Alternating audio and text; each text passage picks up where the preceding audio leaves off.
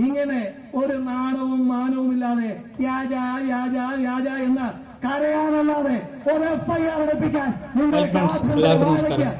മൂന്നാമത്തെ അതിജീവിത അങ്ങനെ രംഗത്തെത്തിയിരിക്കുകയാണ്. രാഹുലിന് അകത്താണിപ്പോൾ. രാഹുലിൻ്റെ ഫ്രണ്ടും ഇപ്പോൾ അകത്ത് പോകാൻ ചാൻസ് കൂടുതലായിട്ട് കിടക്കുന്നുണ്ട്. കാരണം രാഹുൽ 2024 പീഡിപ്പിച്ചു എന്ന് പറഞ്ഞ പെൺകുട്ടി 2025 എന്തിന് രാഹുലിനെ കാണണം എന്ന് പറഞ്ഞ് ഇവർക്ക് മെസ്സേജ് അയച്ചു, ഇവർക്ക് ചാറ്റ് ചെയ്തു എന്ന് ചോദിച്ചുകൊണ്ട് ഫെനി ഫേസ്ബുക്കിലൊരു പോസ്റ്റ് ഇട്ടു. അത് ചാറ്റും ചേർത്ത് ഫേസ്ബുക്കിൽ പോസ്റ്റ് ഇട്ടിട്ടുണ്ടായിരുന്നു. ചാറ്റ് എന്താണ് ഇവർ തമ്മിലുള്ള ചാറ്റ്, എനിക്ക് രാഹുലിനെ കാണണം, ഓഫീസിൽ പറ്റില്ല, ഓഫീസിലേക്ക് വരുക പറഞ്ഞപ്പോൾ ഓഫീസിൽ പറ്റില്ല, 3-4 മണിക്കൂർ പ്രൈവസി വേണം, നമുക്ക് ഇരുന്ന് സംസാരിച്ചിരിക്കണം, ആളില്ലാത്തവിടെ വേണം, നമുക്ക് ഒരുപാട് ടൈം ഇത് മാറ്റി വയ്ക്കണം, 3-4 മണിക്കൂർ മാറ്റി വയ്ക്കണം, ആരുടെയും ശല്യം പാടില്ല, ഓഫീസിലാണെങ്കിൽ എനിക്ക് എന്നേ ആവാലോ, ഫ്ലാറ്റിലാണെങ്കിൽ കുഴപ്പമില്ല, പിന്നെ കാറിലാണെങ്കിൽ കുഴപ്പമില്ല എന്നൊക്കെ പറഞ്ഞിട്ട് ഒരു 3-4 മണിക്കൂർ മാറ്റി വയ്ക്കണം എന്ന് പറഞ്ഞിട്ടാണ് ഫെനിയോട് ചാറ്റ് ചെയ്തത്. ആ ചാറ്റ് അടക്കം ഇന്നലെ ഫെനി പുറത്തെടുത്തിട്ടു. അപ്പോൾ ഫെനി അതിൽ പറയുന്നത് രാഹുൽ മാങ്കുളത്തിൽ ഒരു കുറ്റവും ചെയ്തിട്ടില്ല എന്ന് ഫെനി ഞാൻ ഫേസ്ബുക്കിൽ വ്യക്തമാക്കി. പരാതിക്കാരിക്ക് തനിക്ക് അറിയാമെന്നും KSUവിൻ്റെ പരിപാടിക്ക് അവർ 5000 രൂപ നൽകിയിട്ടുണ്ടെന്നും ഫെനി വെളിപ്പെടുത്തി. അങ്ങനെ അതിൽ ചാറ്റ് നമുക്ക് മൊത്തം വെളിപ്പെടുത്താൻ പറ്റില്ല. വെളിപ്പെടുത്തിയ ചിലപ്പോൾ നമുക്ക് വെളിപ്പെടുത്തിയവരും പെട്ടുപോകും. ഫ്ലാറ്റ് സേഫ് പ്ലേസ്, ഫ്ലാറ്റാണ്, I prefer this flat, safe place വേണം, സമാധാനമായി സംസാരിക്കണം, സമയം വേണം, അത്രയേ ഉള്ളൂ. പിന്നെ ഡേ ആണെങ്കിൽ കുഴപ്പമില്ല, പിന്നെ എനിക്ക് വേറെ പ്രോഗ്രാംസ് ഉണ്ട്, അങ്ങനെ കുറേ പറഞ്ഞിട്ട് അങ്ങനെ ഇപ്പോൾ എല്ലാം കൂടി നമുക്ക് പറയാൻ പറ്റില്ല. പറഞ്ഞാൽ നമ്മളും ചിലപ്പോൾ അകത്ത് പോകും. അപ്പോൾ അതുകൊണ്ട് നമുക്കതിന് താല്പര്യമില്ല. അതാണല്ലോ ഇപ്പോൾ നമുക്കൊന്നും പറയാൻ പറ്റില്ലല്ലോ. ഇപ്പോൾ അങ്ങനെയാണല്ലോ കാര്യങ്ങൾ. അപ്പോൾ ഓഫീസിൽ പോയി കാണുമെന്ന് പറയുമ്പോൾ ഓഫീസിലാണെങ്കിൽ എനിക്ക് എന്നേ ആകാൻ വരുന്നു, ഓഫീസിൽ പറ്റില്ല, ആരും ശല്യം പാടില്ല എന്നൊക്കെ പറഞ്ഞിട്ടാണ് ഇവർ തമ്മിൽ ചാറ്റ് ചെയ്തിരിക്കുന്നത്. അപ്പോൾ ആ ചാറ്റ് ഇന്നലെ ഫെനി നൈനാൻ പുറത്തെടുത്തിട്ടു. ഫ്രണ്ടിനെ രക്ഷിക്കാനെന്നാണ് പുറത്തെടുത്തിട്ടുണ്ടാവുമായിരിക്കുമല്ലോ. പക്ഷേ അത് കുരുക്കും മുറകുമെന്ന് അറിഞ്ഞില്ല. കാരണം ഇന്ന് പിന്നെ അതിജീവിത എന്ന് മീഡിയക്കാരും പോലീസുകാരും വിളിക്കുന്ന അതിജീവിതയുണ്ടല്ലോ, അതിജീവിത എന്ന് പറയുന്ന പെൺകുട്ടി കാനഡക്കാരിയാണെന്നുള്ള പറയുന്നത്. അപ്പോൾ അവർ ഇന്ന് ഒരു ഓഡിയോ മാധ്യമങ്ങൾക്ക് കൊടുത്തിട്ടുണ്ട്. മാധ്യമങ്ങൾക്ക് കൊടുത്തതാണോ അതോ പിന്നെ പോലീസുകാർക്ക് കൊടുത്തിട്ട് പോലീസുകാർ തിരിച്ച് മാധ്യമങ്ങൾക്ക് കൊടുത്തതാണോ എന്ന് നമുക്കറിയില്ല. കാരണം ഇത് ഇവരുടെ കളിയാണല്ലോ, മാധ്യമങ്ങളുടെയും പോലീസുകാരുടെയും ഒരു കളി തന്നെയാണല്ലോ. അപ്പോൾ അത് ആര് കൊടുത്തെന്നറിയില്ല. എന്തായാലും ആ ഓഡിയോയിൽ വ്യക്തമായിട്ട് പറയുന്നുണ്ട് ഫെനിയെ അറിയാമായിരുന്നു, ഫെനിയോട് ചാറ്റ് ചെയ്തു, ഇത് വേറെ കാര്യത്തിനാണ്, ഈ ഇഷ്യൂകളൊക്കെ അറിഞ്ഞപ്പോൾ അതിനെക്കുറിച്ച് സംസാരിക്കാനായിരുന്നു എന്നൊക്കെ പറഞ്ഞിട്ട് ഒരു നീണ്ടൊരു 17 മിനിറ്റിൻ്റെ ഓഡിയോ ഉണ്ട്. 17 മിനിറ്റിൻ്റെ ഓഡിയോ പിന്നെ വയ്ക്കുന്നുണ്ട്. എന്തായാലും നിങ്ങൾ കേട്ട് നോക്കൂ.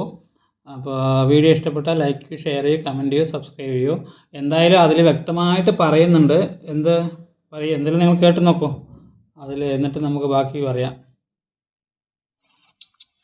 എന്നെ അധിക്ഷേപിക്കണം, വ്യക്തിഹത്യ നടത്തണം, സ്ലക്ഷയം ചെയ്യണം, സൈബർ ബുള്ളിങ് നടത്തണം. ഇനി മുന്നോട്ട് വരാനിരിക്കുന്ന കുട്ടികളെയും കുഞ്ഞുങ്ങളെയും സ്ത്രീകളെയും പെൺകുട്ടികളെയും എല്ലാവരെയും ഇതൊന്ന് കാണിച്ച് പേടിപ്പിക്കണം, നിശബ്ദതയിലാക്കണം എന്ന് ഉദ്ദേശിച്ചുകൊണ്ട് മാത്രം ഫെനിനെ ഞാൻ പുറത്തു വിട്ടിരുന്ന കുറച്ച് സ്ക്രീൻഷോട്ടുകളും പോസ്റ്ററുകളും വളരെ ലേറ്റ് ആയിട്ടാണ് ഞാൻ ശ്രദ്ധിക്കുന്നത്. ഇതിനെപ്പറ്റി ഒരു ക്ലാരിറ്റി തരണം എന്ന് ഉദ്ദേശിച്ചുകൊണ്ട് മാത്രം ഞാൻ കുറച്ച് കാര്യങ്ങൾ പറയാൻ ആഗ്രഹിക്കുകയാണ്. ഫെനിയെ ഞാൻ പരിചയപ്പെടുന്നത് 2024 ജൂലൈയിലാണ്. അന്ന് തൊട്ട് 2025 നവംബർ വരെ ഞങ്ങൾ വളരെ അടുത്ത സുഹൃത്തുക്കളായിരുന്നു. എനിക്ക് ഫെനി ഒരു കുഞ്ഞ് അനിയനെ പോലെയാണ് കണ്ടുകൊണ്ടിരുന്നത്. എനിക്കൊരു കുഞ്ഞിനെ നഷ്ടപ്പെടുന്നത് 2024 മെയ് മാസത്തിലാണ്. എനിക്ക് മിസ്കാരേജ് ആയതാണ്.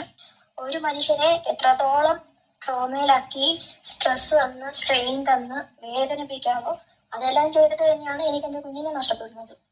ഞാൻ എൻ്റെ ജീവിതത്തിൽ തന്നെ ഏറ്റവും മോശമായിട്ടുള്ളൊരു അവസ്ഥയിലൂടെ കടന്നു പോകുമായിരുന്നു. Physically, mentally, emotionally, financially. ഈ സമയത്താണ് ഫെനിന്റെ ഇൻസ്റ്റാഗ്രാമിൽ എനിക്ക് മെസ്സേജ് അയക്കുന്നു, ഇങ്ങോട്ട് പരിചയപ്പെടുന്നു. അപ്പോൾ രാഹുലിന്റെ വളരെ അടുത്ത സുഹൃത്താണെന്ന് എനിക്ക് അറിയുന്നത് കൊണ്ടാണ് ഞാൻ അതിനെ റെസ്പോണ്ട് ചെയ്തത്. അപ്പോൾ ഫെനിന്റെ അടുത്ത് ആദ്യമായിട്ട് സംസാരിക്കുന്നത് ചൂരൽമല ഫണ്ടിങ്ങിൽ ഇങ്ങനെ കൂപ്പൺ ചലഞ്ച് ഉണ്ട്, കൂപ്പൺ എടുക്കണം എന്നൊക്കെ പറഞ്ഞിട്ടായിരുന്നു. സ്ട്രേഞ്ചറായി എൻ്റെ അടുത്താണ് ആദ്യമായിട്ട് സംസാരിക്കുന്നത്. രാഹുൽ മാങ്കൂട്ടത്തിലാണ് ഇതിന്റെ ഡ്രോ നടത്തുന്നത്, വിന്നേഴ്സിനെ അനൗൺസ് ചെയ്യുന്നതും. അതൊരു കഴിവതും സമ്മർദ്ദം ചെലുത്തി വിന്നറാകാൻ ശ്രമിക്കുക എന്നായിരുന്നു. പിന്നെ എന്ത് സംസാരിച്ചാലും ഫെനി അവസാനം ഈ രാഹുൽ മാങ്കൂട്ടത്തിനെ പറ്റി സംസാരിച്ചാണ് നിർത്തുന്നത്. അപ്പോൾ സ്വാഭാവികമായിട്ട് എനിക്കൊരു സംശയം ഉണ്ടായി, രാഹുൽ ഈ നടന്ന കാര്യങ്ങളെ പറ്റിയല്ല ഫെനിയുടെ അടുത്ത് പറഞ്ഞിട്ടുണ്ടാവുക. അപ്പൊ അതും കൂടെ അറിയാൻ ഞാനും ഇനിഷ്യേറ്റീവ് എടുത്ത് ഫെനിയുടെ അടുത്ത് സംസാരിച്ച് ഞങ്ങൾ വളരെ അടുത്ത സുഹൃത്തുക്കളെ പോലെയായി. ഞാനൊരു എൻ്റെ അനിയത്തിയുടെ പ്രായമുണ്ട് ഫെനിക്ക്. അപ്പം ഞാനൊരു കുഞ്ഞു അനിയനെ പോലെയാണ് ഫെനിയെ കൺസിഡർ ചെയ്തിരുന്നത്. അപ്പം ഞാനന്ന് കടന്നു പോകുന്ന ഒരവസ്ഥ, ഫിസിക്കലി എനിക്ക് പ്രൊലോങ്ഡ് ആയിട്ടുള്ള ബ്ലീഡിങ് ഉണ്ട്, ഹെവി ക്ലോട്ട്സ് ഉണ്ട്, പിന്നെ ക്ഷീണമുണ്ട്, തലകറക്കമുണ്ട്, തളർച്ചയുണ്ട്, മെന്റലി എനിക്ക് ഡിപ്രഷൻ ഉണ്ട്, ആൻസൈറ്റി ഉണ്ട്, ഇൻസോംനിയ ഉണ്ട്. എന്തൊക്കെ പ്രശ്നങ്ങൾ ഉണ്ടാവും, നമ്മുടെ ഒരു മെന്റൽ സ്റ്റേറ്റ് തന്നെ വളരെ ഓൾട്ടേഡ് ആയിട്ടിരിക്കുന്ന ഒരു സിറ്റുവേഷൻ ആയിരുന്നു അത്. ജോലിക്ക് പോകാൻ പറ്റുന്നില്ല, അപ്പൊ ഫിനാൻഷ്യൽ ക്രൈസിസ് ഉണ്ട്, അങ്ങനെ എല്ലാ രീതിയിലും സോഷ്യൽ ആൻസൈറ്റി കൊണ്ട് പുറത്തിറങ്ങാൻ പറ്റുന്നില്ല. നമ്മളൊരു എല്ലാ രീതിയിലും നമ്മളൊന്ന് ഒറ്റപ്പെട്ട് ഇനി എന്ത് എന്ന് മനസ്സിലാവാതെ എന്താണ് സംഭവിച്ചതെന്ന് മനസ്സിലാവാതെ എനിക്ക് എന്റെ കുഞ്ഞിനെ നഷ്ടപ്പെട്ടായിരുന്നു എന്റെ ഏറ്റവും വലിയ പ്രശ്നം ആ സമയത്ത്. ഇവരുടെ മനസ്സ് നമ്മൾ കാണാതെ പോകരുത്. കാരണം ഒരു ഭർത്താവ് ഉണ്ടാകുമ്പോൾ വേറൊരുത്തിൻ്റെ കുഞ്ഞുമായിട്ട് ആ നഷ്ടപ്പെട്ടു എന്ന് പറഞ്ഞിട്ട് സങ്കടം നമ്മൾ കാണാതെ പോകരുത്. കാരണം അത് വല്ലാത്തൊരു പ്രശ്നമാണ്. കാരണം വേറൊരാളുടെ കുഞ്ഞല്ലേ, അപ്പോൾ അതിനെ നഷ്ടപ്പെട്ടതിൽ ഭയങ്കരമായിട്ട് വിഷമമുണ്ട്. ഭർത്താവ് കൂടെ ഉണ്ടല്ലോ, ഭർത്താവ് ഡിവേഴ്സ് ചെയ്യാതെ വേറൊരാളുടെ കുഞ്ഞിനെയും വയറ്റിൽ ചുമന്നിട്ട് അത് അബോട്ടായി പോയി. അതിന് ശേഷം രാഹുലിനോട് വീണ്ടും ഇഷ്ടം തോന്നിയിട്ട് വീണ്ടും മെസ്സേജ് അയച്ചു, സംസാരിച്ചു എന്നൊക്കെ പറയുമ്പോഴേ ഇവരുടെ മനസ്സ് നമുക്ക് പിടികിട്ടുന്നില്ല. നല്ലവളാ കെട്ടവളാ എന്നുള്ള ചോദ്യങ്ങളാണ് ചോദിക്കാൻ തോന്നുന്നത്. പിന്നെ നമുക്കൊന്നും പറയാനും പറ്റില്ല. പറഞ്ഞു കഴിഞ്ഞാൽ നമ്മളെ കുറ്റക്കാരായി. കാരണം തനിക്കില്ലടോ വീട്ടിലെ അമ്മയും പെങ്ങളും പിന്നെ ഭാര്യയും അനിയത്തിയും മക്കളും ഒക്കെ ഇല്ലേ എന്നുള്ളൊരു ചോദ്യമാണ് ചോദിക്കുന്നത്. എന്തായാലും ഇനിയിപ്പോൾ ഗതികേട് കൊണ്ട് പോയതാണെങ്കിലും രാഹുലിൻ്റെ കൂടെ പോയതാണെങ്കിലും അബോർഷനായ ശേഷം വീണ്ടും രാഹുലിനെ കാണണം എന്ന് ചിന്തിക്കുന്നുണ്ടല്ലോ, അതിൻ്റെ മനസ്സും നമ്മൾ കാണാതെ പോകരുത്. അതെ, കുഞ്ഞായിരുന്നു പ്രയോറിറ്റി. അതെ, ഭർത്താവ് ഇരിക്കുമ്പോൾ വേറൊരാളുടെ കുഞ്ഞിനെ ചുമന്നിട്ട് കുഞ്ഞായിരുന്നു ഇവർക്ക് പ്രയോറിറ്റി. അതിന്റെ ബുദ്ധിമുട്ടുകൾ എനിക്കുണ്ടായിരുന്നു. കുഞ്ഞിന് പിന്നെ സൂയിസൈഡ് ടെൻഡൻസി ഉണ്ടായിരുന്നു. ഇങ്ങനെ എല്ലാ ബുദ്ധിമുട്ടിലും ഇരിക്കുമ്പോഴാണ് ഫെനി സംസാരിക്കുന്നത്. അപ്പോൾ ഒരു മൊമെന്റിൽ എനിക്ക് ആരെങ്കിലും അടുത്തൊന്ന് വിളിച്ച് പറയണമായിരുന്നു. പക്ഷെ ഞാൻ അനുഭവിച്ച ഫിസിക്കൽ അസോൾട്ടിനെയും എന്നെ ഹ്യൂമിലേറ്റ് ചെയ്തതിനെ പറ്റി അതിനേക്കാളൊക്കെ അന്ന് ആ സമയത്ത് ഫെനിയോട് സംസാരിക്കുന്ന സമയത്ത് എനിക്ക് എൻ്റെ കുഞ്ഞിനെ നഷ്ടപ്പെട്ടതും എനിക്ക് മിസ്കാരേജ് ഉണ്ടായതും രാഹുൽ എൻ്റെ പ്രഗ്നൻസി ഡിനൈ ചെയ്തതും എന്നെ ഷെയിം ചെയ്തതും എന്നെ ബ്ലോക്ക് ചെയ്തു പോയതും ഇതൊക്കെ എനിക്ക് വലിയൊരു പ്രശ്നമാണ്. എനിക്ക് രാഹുലിനോട് അതിഭീകരമായ ട്രോമ ബോണ്ടിൽ നിൽക്കുന്ന ഒരു സമയം കൂടി ആയിരുന്നത്. അപ്പോൾ ഫെനിയായിട്ട് ഈ കാര്യങ്ങളൊക്കെ സംസാരിച്ചപ്പോൾ ഫെനി എന്നെ വളരെ ആശ്വസിപ്പിച്ചു, എന്നെ കംഫർട്ടബിൾ ആക്കി. കോട്ടെ സാരിയില്ല എന്നൊക്കെ പറഞ്ഞു, ഇതാരോടും എനിക്ക് പറയരുത് എന്നെ അടുത്ത് ഫെനി പറഞ്ഞിട്ടുണ്ടായിരുന്നു. പിന്നെ ഞാനിങ്ങനെ എൻ്റെ ഒരു അവസ്ഥയിൽ ഞാൻ ഫെനിക്ക് ചോദിച്ചു, ഫെനി ഈ രാഹുലിന് വേറെ റിലേഷൻഷിപ്സ് ഉണ്ടോ, വേറെ കല്യാണങ്ങൾ വരുന്നുണ്ടോ, നീ എൻ്റെ അടുത്ത് സത്യം പറയണം, ഞാൻ നിന്നെ ഗനീനെ പോലെ എന്താ ആവശ്യമല്ലേ. അടുത്തൊരു ഭർത്താവ് ഉണ്ടാകുമ്പോൾ വേറൊരുത്തൻ്റെ കാര്യങ്ങൾ അറിയാനുള്ള ആകാംക്ഷ നമ്മൾ അത് കാണാതെ പോകരുത്. ആ പെൺകുട്ടിയുടെ ഒരു ഭർത്താവ് ഉണ്ടാകുമ്പോൾ രാഹുലിൻ്റെ കൂടെ കഴിഞ്ഞ് ഗർഭിണിയായതിനു ശേഷം വീണ്ടും ഇങ്ങനെയൊക്കെ ചോദിക്കുന്നതിൻ്റെ മനസ്സ് കാണാതെ പോകരുത്. ഇത് ഒരുപാട് സമയമുണ്ട്, നമുക്കിത് കേൾക്കാൻ നിങ്ങൾക്കും താല്പര്യം ഉണ്ടാവില്ല. എന്തായാലും ഈ കേസിൽ നിന്ന് വ്യക്തമാണ്, ഈ കുട്ടി എന്തൊക്കെയോ തെളിവുകൾ എടുത്ത് വെച്ചിട്ട് രാഹുലിന് കൊടുക്കാൻ വേണ്ടി അബോർഷനായ ശേഷം ഇതുണ്ടെന്നാണല്ലോ, കയ്യിലുണ്ടെന്നാണല്ലോ, എടുത്ത് സേവ് ചെയ്ത് വെച്ചിട്ടുണ്ടെന്നാണല്ലോ പറഞ്ഞത്. അപ്പോൾ രാഹുലിനെ കൊടുക്കാൻ വേണ്ടി വീണ്ടും വരാൻ നിന്നതായിരിക്കാം, അങ്ങനെ കൂടിക്കാഴ്ച നടത്തണമെന്ന് വിചാരിച്ചതായിരിക്കാം, അല്ലെങ്കിൽ എന്തെങ്കിലും ട്രാപ്പിൽ വരുത്താൻ തന്നെയാണ്. അല്ല, പിന്നെ ഒരു കാര്യമുണ്ട്, ഇവർ കാനഡക്കാരിയാണ്, ഇങ്ങോട്ട് വരണം, ഒപ്പിടണം. ഇതുവരെ ഓൺലൈനിൽ വീഡിയോ കോളിൽ പിന്നെ കംപ്ലയിൻറ്റ് രജിസ്റ്റർ ചെയ്തിട്ടേ ഉള്ളൂ. അത് പോലീസുകാർ ഫോളോ അപ്പ് പോലും ചെയ്തിട്ടില്ല. ഇനി കാനഡക്കാരിയാണോ എന്ന് ആർക്കറിയാം, അതും അറിയില്ല.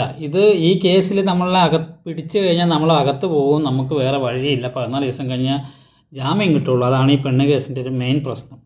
അതുകൊണ്ട് രാഹുലിനെ കൊടുക്കി, രാഹുൽ അകത്ത് പോയി.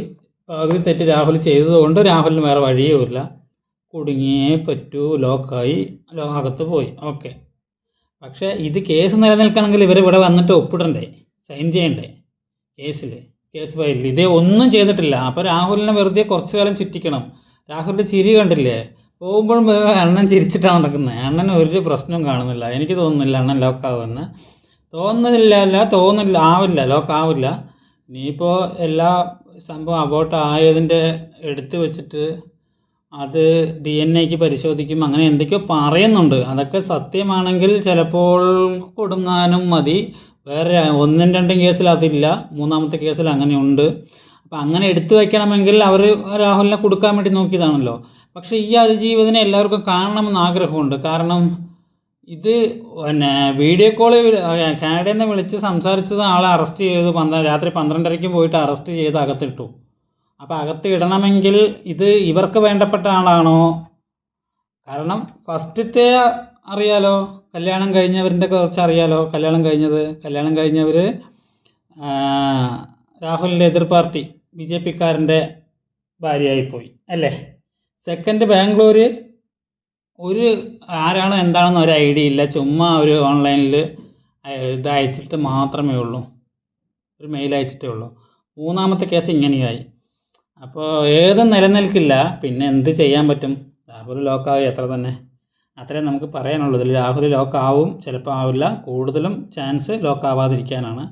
കാരണം ഈ കേസും നിലനിൽക്കില്ല. കാരണം രാഹുലിൻ്റെ ചിരി കാണാൻ പറയേണ്ടത് നിലനിൽക്കാനുള്ള ഒരു ചാൻസും ഇല്ല.